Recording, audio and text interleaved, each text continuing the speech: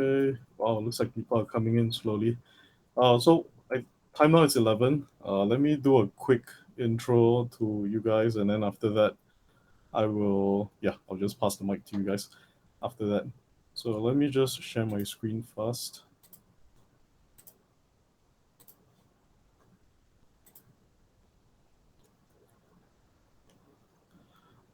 Okay, hello everyone.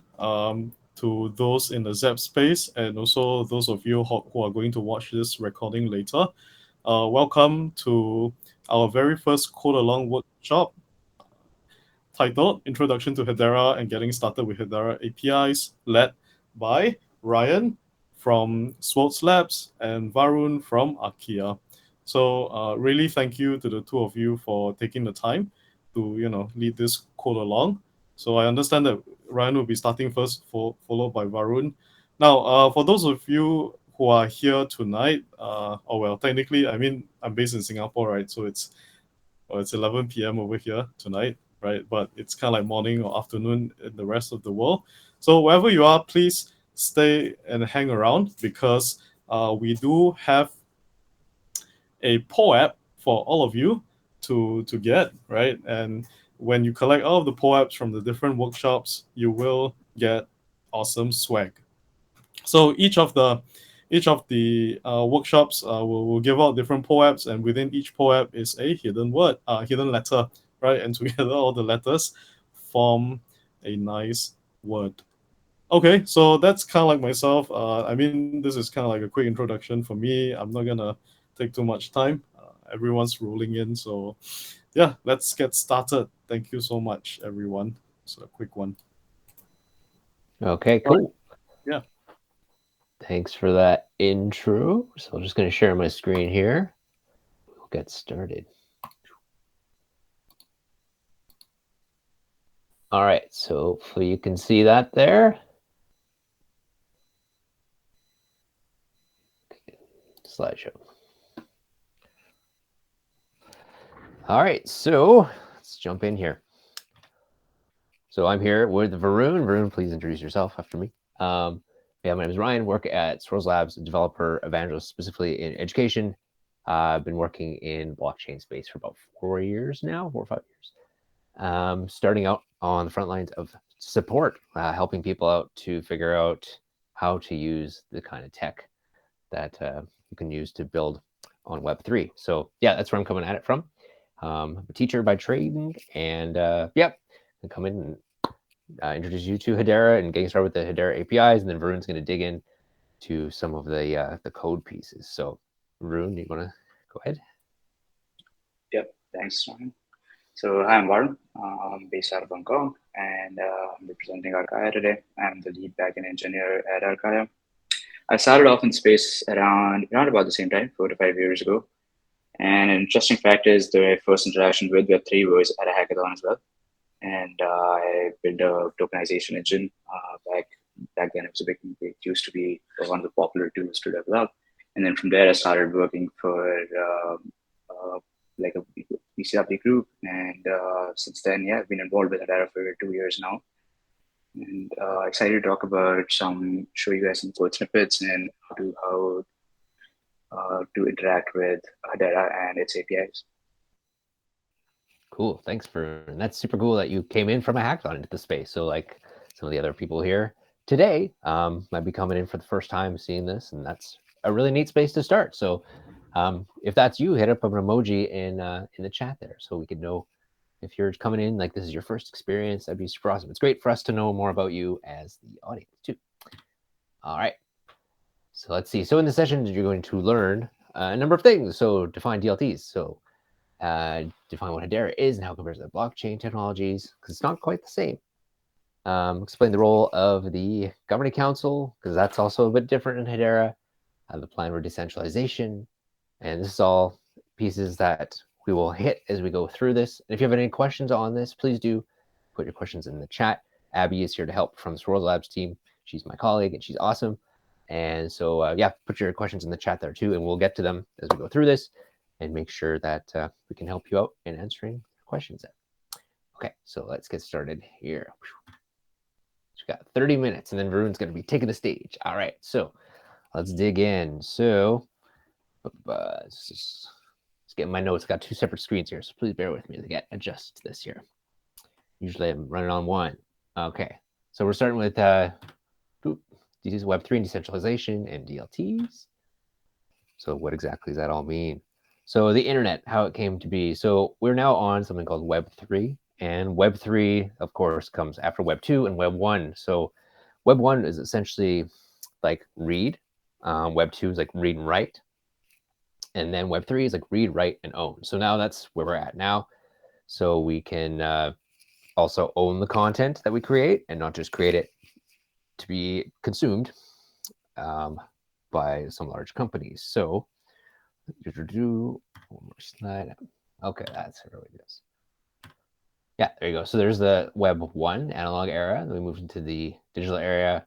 That's the Web 1 internet era. We started to move over to getting things connected. And in time, trust era. So that's when Bitcoin came along. So you can see there's been a move from speed to access, collaboration becoming more important, and then trust and knowing where your data lives and who owns it and things like that. It's very difficult in the past to say you wanted to connect with somebody and send them some sort of money or anything like that. If you wanted to pay for a pizza, as historically was with Bitcoin Pizza Day recently passing, then it was very difficult to do, right? You couldn't really do it without an intermediary. And now there is a lot more possibility with that because we're in an era of trust. So yeah. So now anyone could be a creator, and we're moving into the trust era. All right. Oh my gosh, my mouse wheel is not working so great. Okay, so at the core of the Web3 piece is that the DLTs, which is distributed ledger technology. So that is something we're going to look into further, and how Hedera does it specifically. Oh, now I'm on the wrong thing. Okay. So they're a key component of Web3 because of the qualities they have. The difference between them being specifically that DLTs are peer-to-peer networks where multiple members maintain their own identical copy of a shared ledger. So what's a ledger, you might say? Well, originally, like in accounting, there was like a paper ledger and people would write something down. There's a transaction, they keep a record of it. So a digital version of that made it possible that everybody has the same copy of the ledger, and knowing the transactions and what's happened, it's all, there's an air of trust because you can see who has done what, and it's all transparent and open. So you can see how that's helpful. In contrast, no, anyone. In contrast, hey, come on there. Contrast with the centralized ledger, there we go. It was completely central, and so that authority was on one individual or group, and they verify, record, and execute the transactions. So that is not as open, and that is something that's more possible with Web 2. There are still ways that is done in Web 3, depending on the way that the chain is set up, but intentionally, distributed ledgers are a big part of what DLTs and what Web 3 have at the core. So that's important. Keep that in mind. Okay. So the nice thing about them, no central point of failure to attack, reliant on strong cryptography to prove data integrity and tamper resistance. So that's really great. And to trustless systems. So you don't have to have that governance body in the middle for each transaction. It's like they control the network through consensus. So it's a different approach to doing things, but having a shared ledger that way can be something that really helps and is foundational to Web3. Let's see how things going so far. I'm just going to check the chat in the other window. Probably going to. Things are looking okay. Okay. Again, if you have any questions as we go throughout this, then feel free to pop them in the chat there, and we can address them as we go. All right. So it doesn't stop there. There's different types of DLTs, as I was saying. It depends on the way you set up. So public permissionless, this corner here. So those ones are ones that anybody could build applications on the network, and anyone can run a node on the network. There's public and permissioned, which is where Hedera sits. And that is one where anyone can build applications on the network, but the nodes that constitute the network have to be invited to join. So you can see that's different. It's depending on the access. Oops. There we go. And there's private permissionless. And so the nodes can join freely and anonymously, And that's the permissions part. But the applications deployed have to be invited to join the network. So that's the private part. And then finally, private and permission networks offer the least decentralization because the applications and network nodes running those applications must be invited to join the network and provide some sort of identification. Without doing that, they're not be able to jump on and use that network. So just different ways of setting up DLTs. And again, Hedera is over here. You can see my cursor. And we're moving towards the public permissionless in time. So there it is. So Hedera is a 3rd generation web DLT, and it is public permissions, as I was saying. And in time, we're going to be moving that way. Okay. The nice thing, because the 1st, 2nd generation, because of the way technology works, things become faster, and we are able to build on top of all this the transactions per second, which is what TPS is, faster. The transaction fee is cheaper, and the 3 to 5 seconds to finality. So that means your transaction is confirmed. It's even faster. So you can see how moving through this chain of technology has been really helpful to make Hedera a really attractive proposition for developers who are looking to build on a DLT. All right. Okay, so benefits of decentralization, right? So there's a number of different things I was saying. So let's jump in there. Where's your time? 12:12. Okay, cool. So direct value exchange. So business individuals alike, they can transact with an intermediary. So like you're saying, there's something that really excited me about this space, actually, because you wouldn't have to get a bank involved if you wanted to send your friend some money. Back in the day when I started being interested in this space, it was around something called M-Pesa, and it was in Kenya on mobile phones, and you could just send directly through M-Pesa money to your friend, or pay for your cab, or buy a banana at the farmer's market. And I thought that was super cool. And that's really what inspired me to get into the space, was being able to have access and to your own currencies to be able to move things forward. So that is a big thing for me that I really love. There's also more inclusive applications without restrictions of access, participation, or transactions. So anybody can join them, which is great. And because it gives access to everybody. Okay, got half between, like I'm saying, the 2 screens here. Okay. So, and there's protection. So distributed ledgers are more resistant to tampering because there's no central point of failure to attack. So instead of having to worry about like firewalling everything within the centralization point, that doesn't exist because the ledger is copied around all the different nodes on the network. And DLTs provide a more cost-efficient, accessible, reliable transaction platform than centralized ledgers, which is the case, which is great.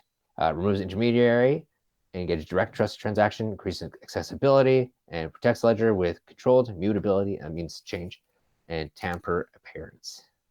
Okay. So now we get back onto DLT adoption and Hedera. How does it all fit in with Hedera exactly? Oops, I'm on the wrong screen. There we go. So the problem is exactly layer 1 blockchain technologies have inherent weaknesses that pose challenges to mass adoption. As you see here, enormous amounts of energy, low processing speeds, high unpredictable processing costs, security vulnerabilities, centralization, transparency concerns. So being able to move on from that and build on top of it has made Hedera more powerful. As you can see here, oh, that is the same slide twice. Traditional blockchains, the proof of work typically has heavy electrical computational requirements. Oh, my phone. Sorry about that. And no guaranteed consensus, just a good enough probability. Inefficient stale blocks are pruned, kind of like a tree or certain like a plant that's growing, and you have to trim off the sides because you have to prune those, or else it's going to be inefficient. And so it can be difficult to scale beyond 1,000 transactions per second. Whereas a hash graph, it's open source. It uses a directed acyclic graph and novel inventions. So that's gossip and virtual voting. Not going to go too deep into that today, but that is something that is foundational to Hedera and the way it operates. And so what that is the nodes know what the other nodes know. So the information moves across. So it's kind of, instead of having a tree where it's pruned, it's a tree that is getting all mixed together like this. So it's much faster, and it's more it's cheaper transactions and more like this. It is just an easier way to run a blockchain that is less carbon intensive too. So there you go. You can see a living tree there versus one that's all stubbed off. All right. So now we're just going to jump into technology gap. Got ahead of myself with the mouse wheel.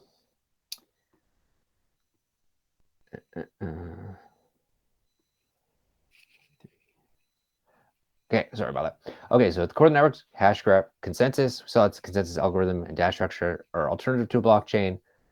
So again, Hedera is a distributed ledger technology, but it's not a blockchain. Blockchains are DLTs. So at the center of that is a consensus algorithm, and there's network services that you can use through our APIs, which is what Varun is going to dig into.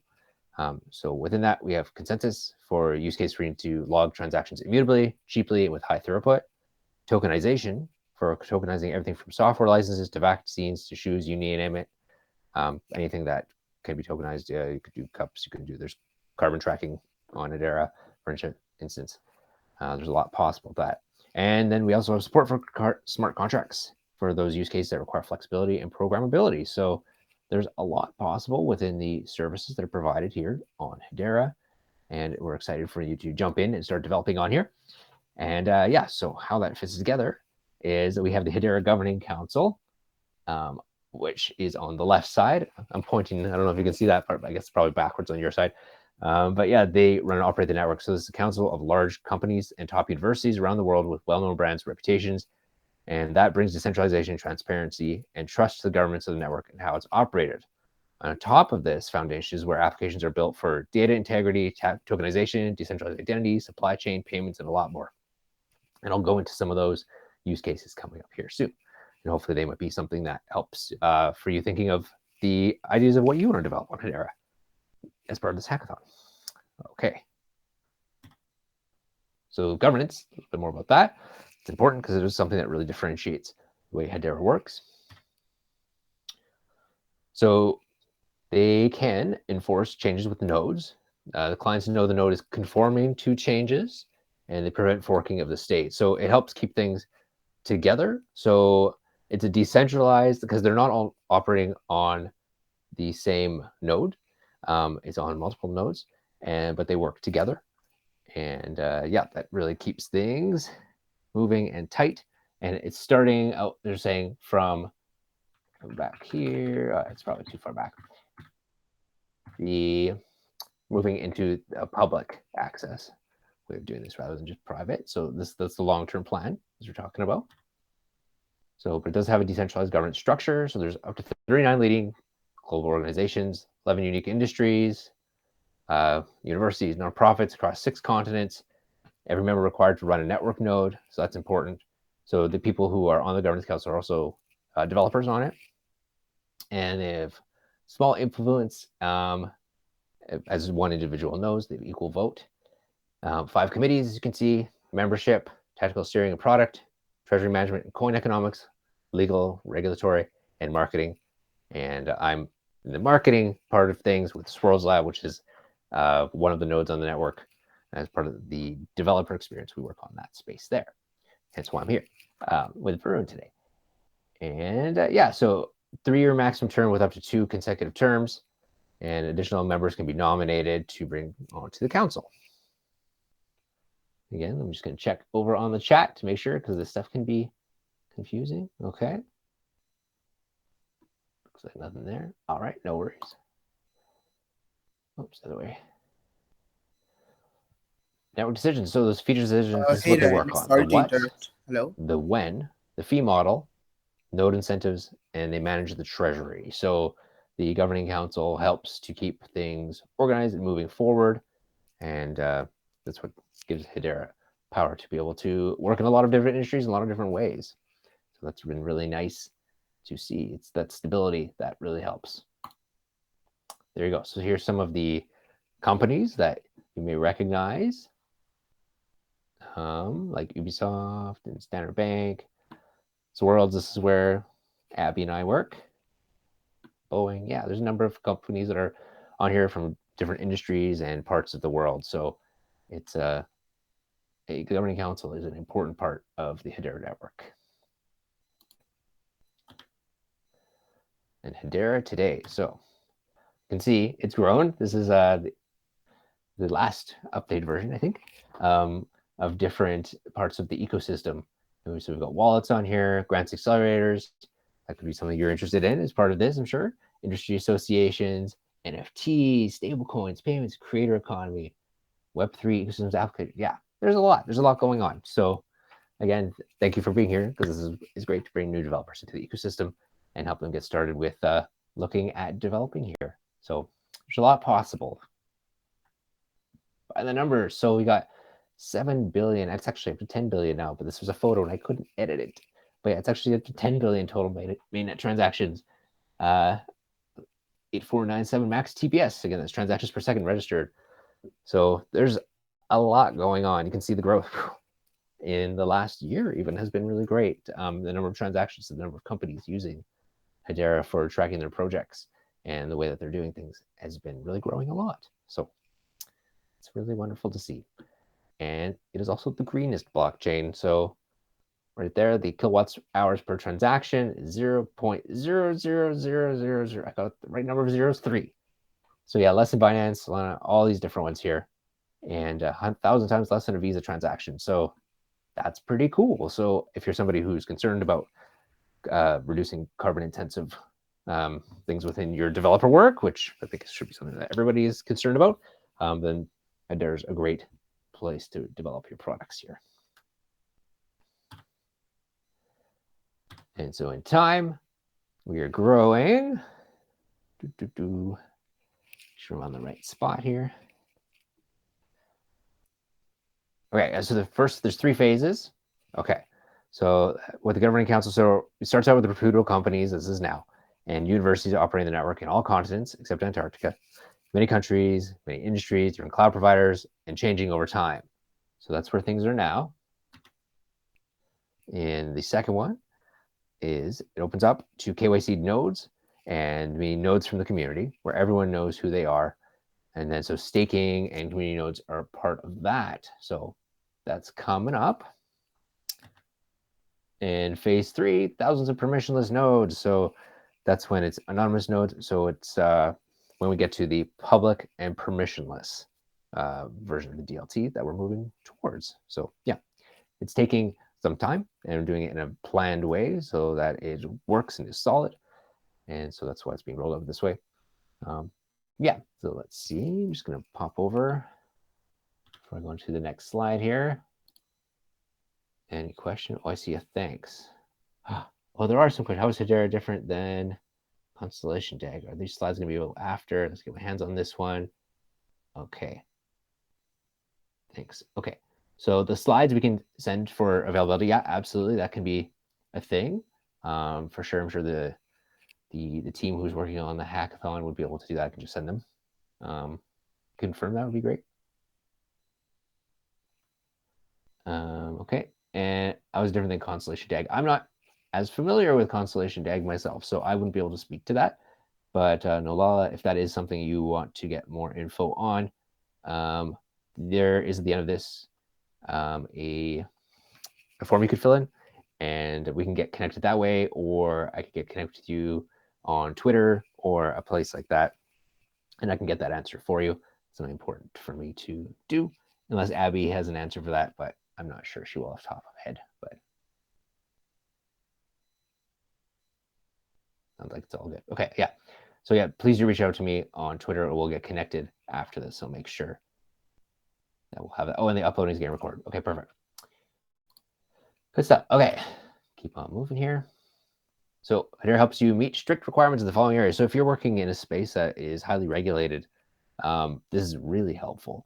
So yeah, because you got governance in there, stability, security, and performance. All of that is really, really helpful for if you're working in a space requiring regulation, whether it's carbon credits or accounting, or all sorts of different places. You want to make sure that the provenance of art is tracked. That's also something that's very good to track and cheap to do on Hedera.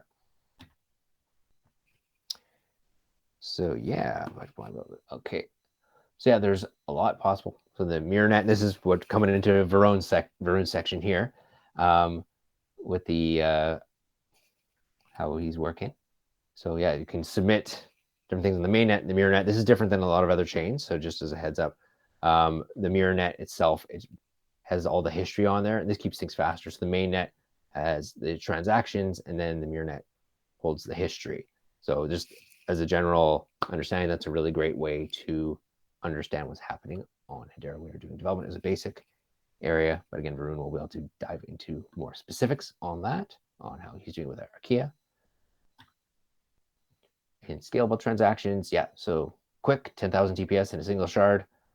We do have our own native coin called HBAR, and the security mechanism as part of this proof of stake network. So you might have a question about malicious actors. Control 1/3 of the total HBAR supply in order to launch an attack. So very, very difficult to do, especially with the governing council involved. Yeah, there's a lot going on here, and the use cases here. All right, so there's things you might be thinking like, is the idea I have good for this space and developing on this chain?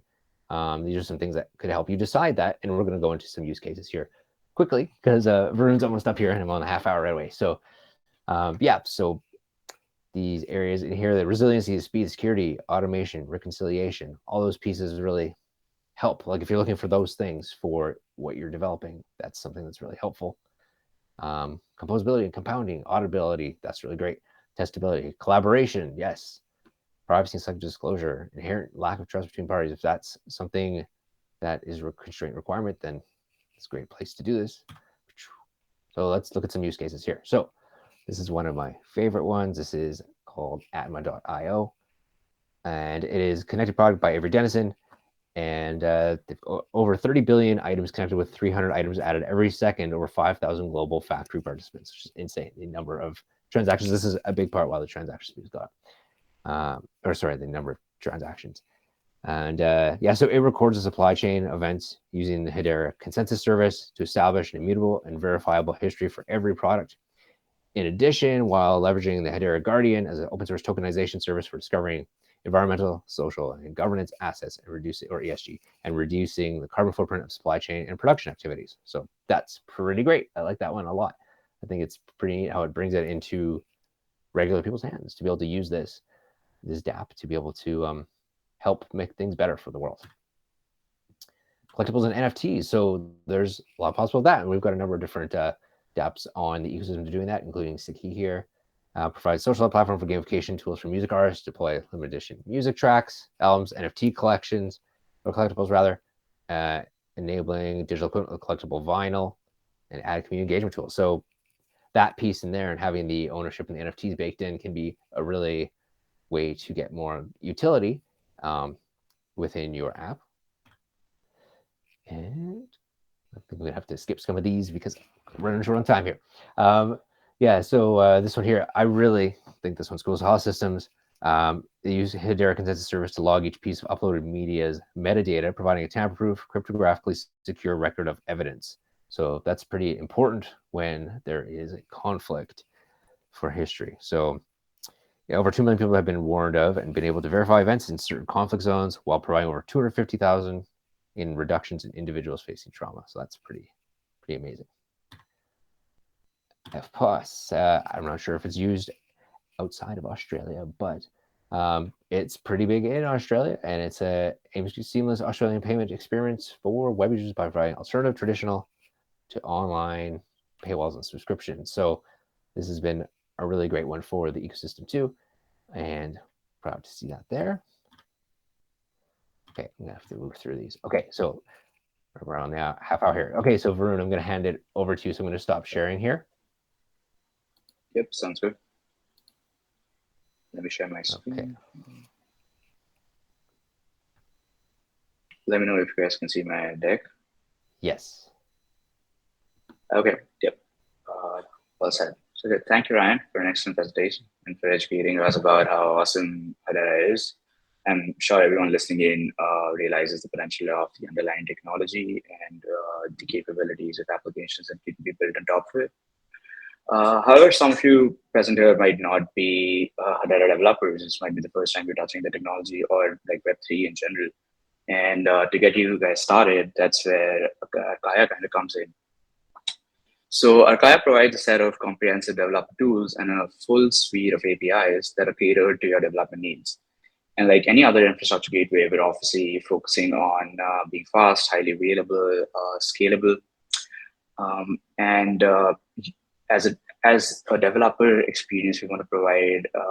We want you to focus on building ironclad code and not thinking about the resiliency of the network that you're connecting with, and the people who have worked in the Web3 space but might relate with me on this one. When you're working with different infrastructure providers or different infrastructure new blockchains, it sometimes becomes hard to navigate through them, and then sometimes becomes complicated to trust the responses that you're getting back from services. And that's the main use case of Agaya, to solve that problem for developers on Hedera and give you a easy developer experience. So all you can focus on is creativity and writing modular code. So let's dive deep into and understand what kind of, just a second, I think I logged myself out. Yep, let's dive deep into the hood of Archaia and see what we're actually doing here. So we have three main verticals, which is the infrastructure, our APIs, and the web platform that we host for you to navigate our entire platform. So on the infrastructure side, we're running Hedera nodes. So for those of you not familiar with the Hedera ecosystem, oh shit, I think yep, back one. Sorry about that. Yeah, so for those of you new to the Hedera ecosystem might not know that Hedera has two different types of nodes. I think Ryan touched on this earlier in the presentation. One is the consensus nodes, which take care of adding transactions to the DLT, and the second are mirror nodes. So mirror nodes are what we in the EVM world we call them archival. Yep. Your screen unchecked a little. Yeah, your screen is unchecked. Oh, yep. Sorry about that. Okay, I think it should be working now, right? Let me know if it isn't. So yeah, going back to the infrastructure side, so at Archaia, we basically focus on running mirror nodes. Mirror nodes are these distributed nodes that hold all the archival data of Hedera. And it's not very easy to run mirror nodes on your local, on your own end if you're building out on Hedera, especially if you're not at a massive scale, because they're expensive to host on cloud services, and at the same time they're hard to handle, and you need like dedicated DevOps resources to continue hosting them and maintain the scalability.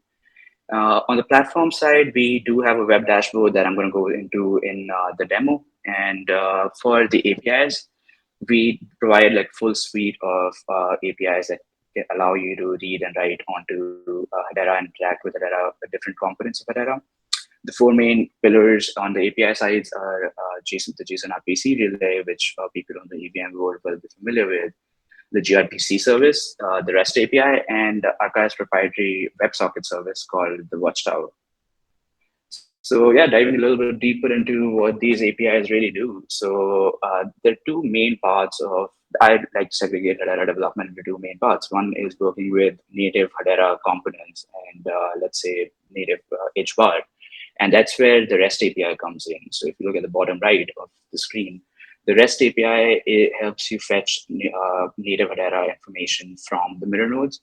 And it's a simple code operation where you can fetch different information about different accounts, transactions, or balances on that native Hedera network. The complementary service to that for the EVM compatibility of Hedera is the JSON RPC relay. So this is exactly what people in the EVM world are familiar with. The Web3.js, Ethers, Harad, they all plug into like a JSON RPC provider. And the JSON RPC is a way to fetch information about the EVM smart contracts that are hosted on Hedera, or even like deploy new smart contracts or create transactions onto the DLT. So last but not the least, it's Watchtower. Watchtower is a WebSocket capability that allows you to stream DLT data in real time directly onto even your client-side application. It's a very low-level code. Then you need to just plug into your client-side application, and you can start streaming DLT data straight onto the platform. And on our web platform side of things, we do have different tools and analytics that we have on the dashboard. I'll go into more details during the demo that I'm going to get into probably in the next slide. Something that I just like to touch upon is our docs and this Archaia Quickstart repository that we host. These repositories are this repository has a lot of demo code for especially for new developers to get started and get familiar with different API tools that are available on that ecosystem. So it might be a bit overwhelming. There are a few different services for different use cases, and some of these demos help you navigate quite well over these services and also interact with Archaia better. So if you are able to build out a great dApp and you start scaling, you don't need to panic. You can use Archaia for your and trust our infrastructure, and we can help your dApp scale. So I guess I'm gonna do a quick demo now. Let me know if you guys can't see my screen. Let me see. Let me check the chat here. Okay. Okay, so let's start with the dashboard first. This is our web interface where you can go and create an account. You can sign up with an email or sign up using Gmail, whichever you prefer. I already have an account and I'm going to log in using my account.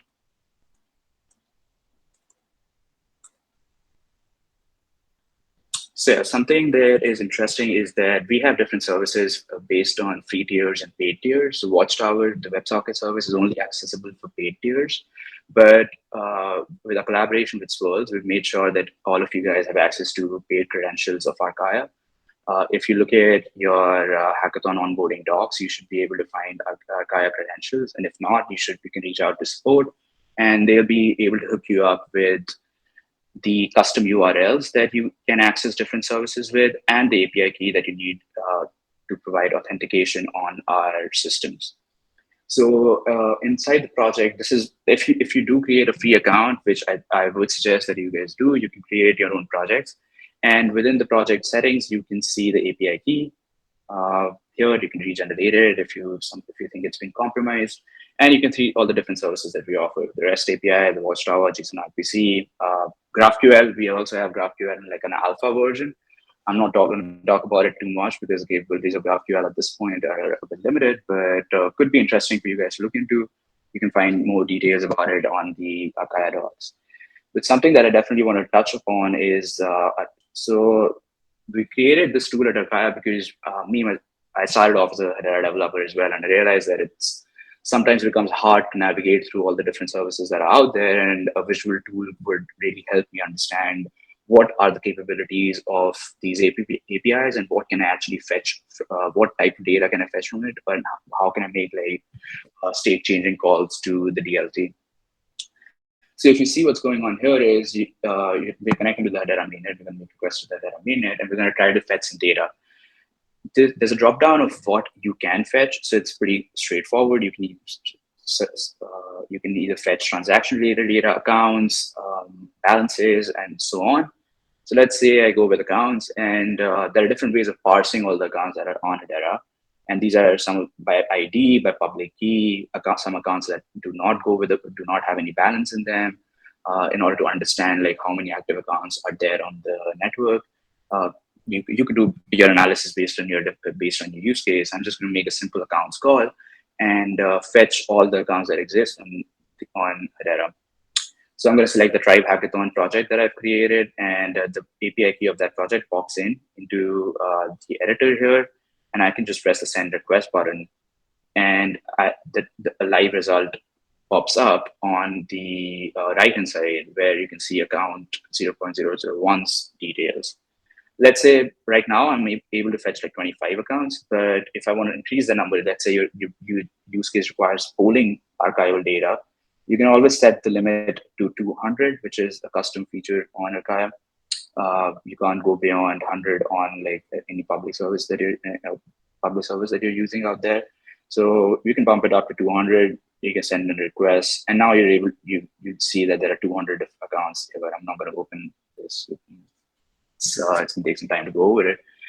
Another cool feature of the workbench is the fact that provide code snippets in the popular languages. So let's say Node.js, Axios, pretty bread and butter these days in development. You can just plug that in and you get a code snippet with the configuration already done for you. So here's the URL that I'm using to access Archaia with the path, and I'm searching accounts with limit 200, and my API key is also here. If I change something here, let's say I want now fetch transactions, the path here changes. So whatever you explore on this UI, you can just pick up the code snippets, throw it into your application. You should be connected directly to our ecosystem, and you should be able to fetch information. One good thing to note about is if anybody has already started development on Hedera, or you have projects already existing that use public mirror node, the transition of moving on to Archaia is pretty smooth. All you need to do is you need to add this extra configuration where you in the header you pass an API key, which is for your authentication, and change the URL. The response type, to make life easy for all developers, and we learned this from experience, we've kept the response object exactly the same, so the payload would look exactly like what you're getting from the public mirror node. So we also have Archaia docs where you can get into our documentation under tutorial sections. You can see some code samples. So in case I was going too fast or you have some questions, you can obviously refer to the REST API kickstart here. This is another code snippet. It's a more generic one as compared to the workbench. If in case you don't have access to the workbench, you can get started here with the REST API. If you go into like the detailed getting started, it'll ask you to sign up, create an account, get an API key. But all that you should be able to retrieve from the onboarding documentation of this hackathon. So let's get into the second service that we have, the JSON RPC one, and the EVM developers would be excited to see this on Hedera. So this works exactly like the way it does in the EVM world, but I'm going to still go over a little bit of detail about how you can get started, and for those who are new to Web3 in general. So a couple of popular libraries for the JSON RPC in the broader EVM space is Web3.js and others.js, and you input a provider URL that basically is archival node, and in this case you can use Archaia's URL and directly plug in the same way that you do on the EVM side. So first thing that you do is create a provider. All you need to do is you need to put in your JSON RPC URL, which you can find in your credentials in the hackathon docs, and your API key, which should also be there. Once you have created your provider, you can start fetching information. Let's say you want to fetch account balances of an EVM account that exists in Hedera. You should be easily able to do that with web3 provider.eth.getBalance, and you just throw in the address there. And these code snippets can come in handy as well. If you want to use Axios to make a direct API call, you could do that. We have code snippets for that as well. And this is a good place to get started. But something cool that you can do with the JSON RPC that probably you can't do with the REST API is make state changes to the DLT. By that, what I mean is deploying a smart contract or creating a transaction on the Hedera Hashgraph. So I'm going to do a quick code share, and I'm going to try to deploy a very basic ERC20 smart contract. So if you guys can see my IDE, and let me know in the chat if you guys can't. So the ERC20 API that I have here is the most basic one that you can find for standard ERC20 smart contracts. And I have this listener that I've created, which is the event listener for using ethers.js, the ethers library. Okay, before I dive into more details here, all this code sits under this Archaia Quickstart repository, which is actually an open source repository. You can find the link to this from the Archaia docs, or you can directly look it up, and it's under the research organization. The Archaia Quickstart repository has all the code that I'm going to be going over in this demo. So yeah, coming back to the ethers.js listener here, I've added like the private key of the account that's going to be paying the gas fees for deploying smart contract, and the URL, which is the Archaia URL, along with my API key that was going to authenticate me. So the first thing that I do is I'd create a provider and a signer. Once I've done that, I can go ahead and deploy a smart contract right here. So let's try to do that, and let's see how fast it is on Hedera as compared to some of the other chains that you might have worked on. So this is the account that's going to be paying the gas fees. I'm checking the balance. It should be more than 1 to pay the gas fees, or more than 0.1. And the contract is already deployed. and this is a contract address, you can always go to Archaia Explorer, explorer.archaia.io, and search for any new contract or that you've deployed. It's just a UI for the database that sits in the mirror node that we run. So let's see if this contract got deployed. It did. See, boom, there's a new contract. We deployed it within a few seconds. Meanwhile, I was showing you the Explorer. We also created a transaction, and the transaction for using the smart contract, and the transaction went through. And we have an event listener that's listening for these transactions that are coming in for a specific smart contract. Again, this code snippet is super cool. I don't have enough time to go over the entire details, but I'd suggest that you guys, if you have a similar use case where you're using smart contracts, you should look into it. And within the same repositories, we have a demo application as well. And I already have this running here on one of my different servers. Yeah, let's see. Let's refresh. Okay, boom. So it's working. In this React app, there are a couple of different tutorials that we have here. Right now, I'm going to demo the Watchtower tutorial, which is the WebSocket service. Once I get into the demo here, I am able to stream two different types of information here. One is HCS topics. So once you guys get familiar to what HCS topics are, it's like a distributed pub sub. I like calling it that. And you can subscribe to different topics and read all the messages that are happening. So let's try subscribing to this topic ID specific. Okay, so yeah, that here we go. That was an instant connection. We're able to fetch all the historical messages on this topic ID. And if there's anything new coming in, we're streaming and listening. So we can fetch new messages as well and pop up here. The UI might not be as interesting for you guys, and it's just for demo purposes, but the code snippet for this sits in our streaming examples under the demo app under Watchtower. And if you see, we're using Socket.io here. And all you need to do is actually emit a payload, and you can start subscribing, start listening to DLT data in real time. Where you can find this payload in our Archaia docs. So under Watchtower, if you go to, let's say, subscribing topics, you can see a static payload reference here, and you can copy paste, change the topic ID, and you get good to go. Something else that you can subscribe, which might be very useful for a lot of you here, is account balances. So let's say I want to follow like this one specific account, and I want to get notified every time the account balance for this specific Hedera account changes. So exact same thing, you just use a different payload.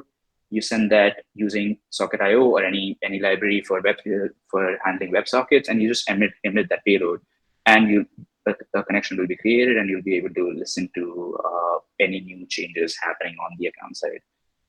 So before I end the demo, I'd actually like to mention about our fair trade coffee tutorial that we have done. So this is something that we actually built out to help our developers getting started for exactly the purpose of this presentation. And if under the docs, if you look at Fair Trade Coffee, you'll see an introduction of what the project is. It's an interactive end-to-end way of interacting with all the APIs that exist on Hedera and on Archaia. And you can go through the tutorial. It takes about 30 minutes. You will be writing some code on the ID on your IDE as well, so you'll get comfortable with the services, and you'll be able to understand how different pieces connect with each other as well. So I guess that's it from my demo. We'll be happy to answer any questions if you guys have in the Q&A session. And back to you, Ryan. Sounds good. Thanks. There were a couple questions in there in the chat. We're having trouble typing replies here, Abby and I. So I'm going to do it by voice. And so let's see. Abby shared there. Okay. Well, someone was comparing Archaia with Third Web, but yeah, so I think Varun can take that question. So yeah, is Archaia similar to the Third Web, or like what's the difference? I'm actually not familiar with Third Web and their protocol, but from a quick look, it does look like something similar to like Alchemy or an Infura that's out there, but it's for a specific use case. And yeah, Archaia is something that can plug in the back end of Third Web is what my first understanding of it is. But I could be wrong. I can obviously take a look at it, and we can connect over socials, and I can give you a more detailed description of how Archaia and Third Web fit in together. Okay. So we have a question on Blade Wallet. I'm not too sure if it's the best place to ask it, but I mean, if you guys are familiar with Blade Wallet, the question is like, how does one top up HBAR tokens on Blade Wallet, and if there's any faucets for it Mhm. for the testnet? So that's an interesting question. I'm assuming you're working on testnet and you have a testnet account in Blade Wallet. I personally am not aware of any faucets that are available out there. This has been a pain point that I've seen with other developers, which could be an interesting one to solve, maybe on the Archain side or like some collaboration with Swirls in the future. But personally, I'm not aware of any faucets. Okay, thank you. So So there's a possibility for that where you could, and Abby is explaining it really well, that you could do it because the faucet is on the testnet. So you'd have to import your testnet account into Blade Wallet, essentially, to be able to get your faucet refilled. Abby, if that's not right, please do add on there. Oh, she's not on the stage, is she? Yes, I'm on Oh, the there you are. stage. Good. Yeah, so if you go to portal.hedera.com and create a testnet account, it gets filled up with 10,000 test HBAR every 24 hours. So once you import your testnet account into Blade, you won't have to manually top it off. Every 24 hours, you'll be getting that 10,000 test HBAR. okay, thank you for that, AB. Yeah, so hopefully that answers Omar Harriet's question. So folks out there, please feel free to ask any questions that you might have on in the chat. Sure. And I'll just wrap up the Uh, summary bit. That works. hey Ryan. Oh, Hello. yeah. Yeah. Yeah. Thanks for this presentation. It was really great. Thanks, Ryan and Varun. So I have a question. Ryan, you said that there are 5 committees and 39 organizations. So what are the role of these committees? I know about these organizations. They're just the governance body of this Hedera network. But what is the role of this committees? 5 committees you mentioned in your presentation. Well, the one I most know about is the marketing one, because that's where my role lies within marketing. So my boss's boss goes to that Okay. marketing committee that's across the ecosystem, and they all meet together. So that's how that one works. The other ones I don't know as much about. Oh, okay. Thank you. Yeah, no problem. What is TPS? It's 10,000. See that was your question there, Holy Austin. Oh, there's that question. Is the API reference of Archaea? Oh, that's a Archaea one. Archaea, Yep. sorry. So Say it the everybody gets it. Archaea at the first name. The API references that for the REST API service that we host are the same as the publisher node that has. The tool that I mentioned in the demo, the workbench, you can use that to navigate through it and see the potentials of the APIs that Hedera offers publicly and we offer through Archaea. So yeah, it is the same, basically. So another question, yeah. While using Archaea APIs, we still need to install the Hashgraph SDK to our project. So that's a good one. That's something that I did not touch upon on terms of like the dev tools that are available on Hedera. The Hashgraph SDK has a specific use case, which is more about it can do a bunch of different things, but the main things that you can do with the SDK is to write transactions, which are for native HBAR, something that you can't do with the JSON RPC. So if that is what your use case requires, you will still have to use the Hashgraph SDK. If you are working with EVM-based smart contracts on the Hedera ecosystem, you can totally be dependent on the JSON RPC service for read and write. And you can use Archaea's JSON RPC service, and it'll set you good. But if you're dealing with native HBAR or working with other native Hedera services, you'll have to still look into the Hashgraph SDK when it comes to writing to the DLT. Yep. So another question for Archaea: can you sign up to Archaea without a credit card? Yes, you can. You can sign up for a free account. We do have all our services available on the free account as well, just at a limited rate. And a limited TPS, obviously, to manage traffic. The only thing that's not available is Watchtower, the WebSocket streaming solution. So if you're interested in that, because you guys are all participating in this hackathon, you should have access to a paid API key. And as I mentioned, it should be available in the onboarding documentation that you've gotten for this hackathon. So for the free version, we are rate limiting as on a pool basis. So everybody who uses the free version as all together sits in under 100 TPS limit, which is 100 requests basically that you can make per second as the entire community of free tier users on Archaia, which is similar to what you have on the public mirror node.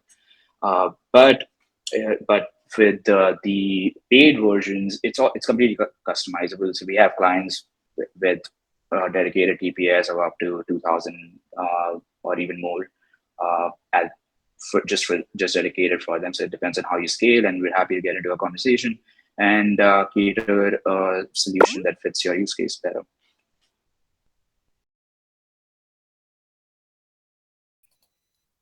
Okay, looks like we're at the end of the questions here. So I'm just gonna got 3 minutes left. Oh, does Hashgraph SDK have support for ASP.NET?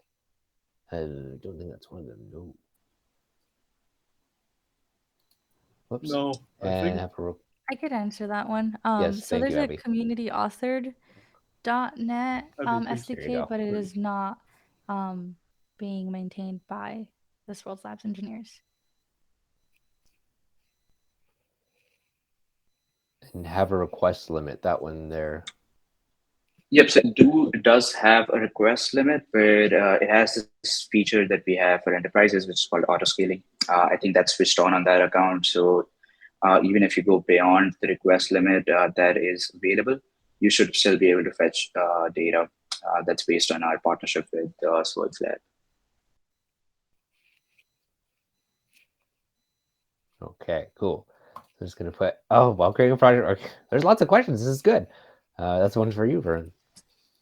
Okay, so if you're on the dashboard, you do not need to select Hedera testnet specifically when you're creating a project. Once you create a project under managed project, you'll be able to toggle between the testnet and the mainnet. And when you toggle, you'll see that your URL that you'll be hitting will change. Mainly the path changes, and the API key remains the same. So for testnet mainnet, we have the same API key. You can create one project and access testnet and mainnet both.